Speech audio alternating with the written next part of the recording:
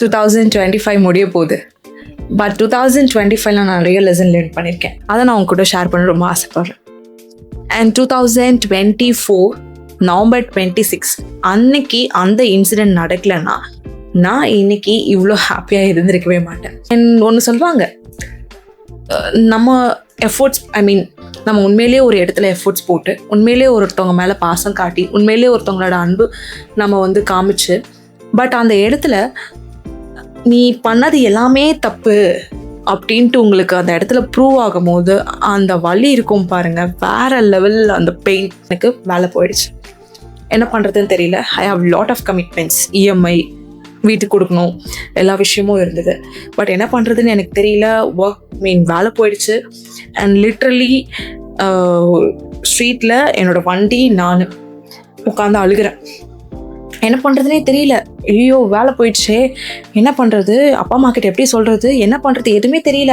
I was literally frustrated, ரொம்ப frustration. அழுகிறேன், மூஞ்செல்லாம் மூடிக்கிட்டு அழுதுட்ருக்கேன். நான் ரோட்டில் பார்த்தா வேறு மாதிரி நினைப்பாங்க இல்லையா, அண்ட் அது என்ன பண்ணுறதுன்னு தெரியாமல். பட் அந்த ஒரு இடத்துல ஒரு ஆப்பர்ச்சுனிட்டி எனக்கு இருந்தது. பட் அதை நான் மிஸ் பண்ணாமல் அதை யூட்டிலைஸ் பண்ணிக்கிட்டேன். அது என்ன ஆப்பர்ச்சுனிட்டினா, அண்ட் நான் அப்புறம் மூஞ்செல்லாம் தொடச்சிட்டு பரவாயில்ல, ஒரு டைம் ட்ரை பண்ணலாம், just give try, work out ஆனால் பார்த்துக்கலாம் அப்படின்னு சொல்லிட்டு என்னோட ஆஃபீஸ்லேருந்து 2 ஸ்ட்ரீட் தள்ளி நான் மீட் பண்ண ஒரு பர்சன்.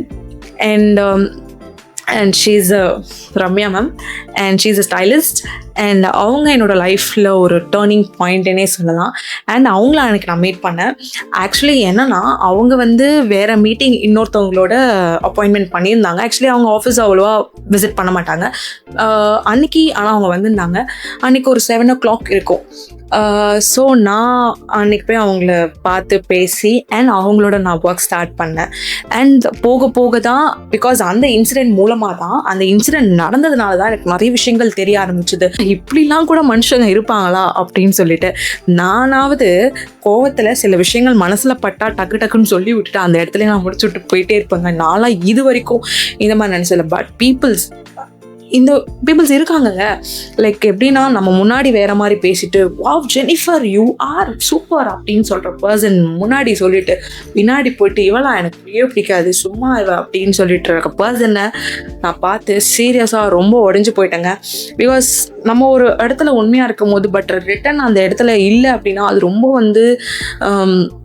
பிரேக் ஆகும். அந்த இடத்துல யாரெல்லாம் அதை ஃபேஸ் பண்ணியிருப்பீங்க, ஃபேஸ் பண்ணிகிட்ருக்கீங்கன்னு எனக்கு தெரியல. அந்த இன்சிடெண்ட் ரொம்ப டிப்ரெஷன் ஆயிடுச்சு எனக்கு. நான் டிப்ரெஷன் ஸ்டேட்குள்ளே போனேன். Because I am very sensitive இந்த மாதிரி ஒரு விஷயங்கள்லாம். அதுக்கப்புறம் பட் அந்த டைமில் லைக் என் கூட ட்ராவல் பண்ண peoples like Kiran, my best friend Kiran, Abhi, Sreeja, Shalu, Shivani, Nivetha, Tharni, Malai, Narmu, and my sister, own sister Emima. நான் இந்த தருணத்தில் அவங்க எல்லாரையும் தேங்க் பண்ணுறேன்.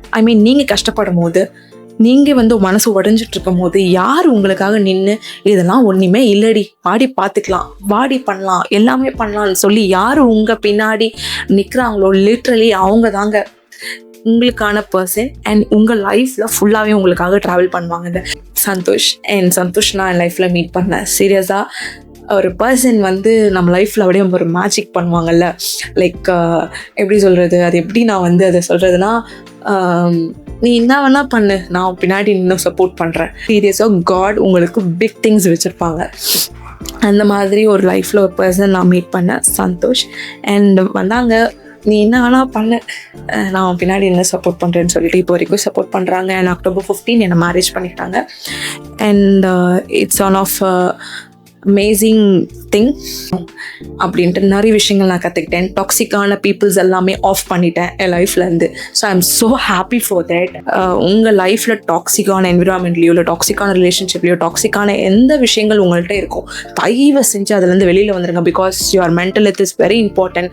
உங்கள் மென்டல் ஹெல்த் ரொம்ப முக்கியங்க. உங்கள் ஹெல்த் ரொம்ப முக்கியம். அதை பாருங்கள்.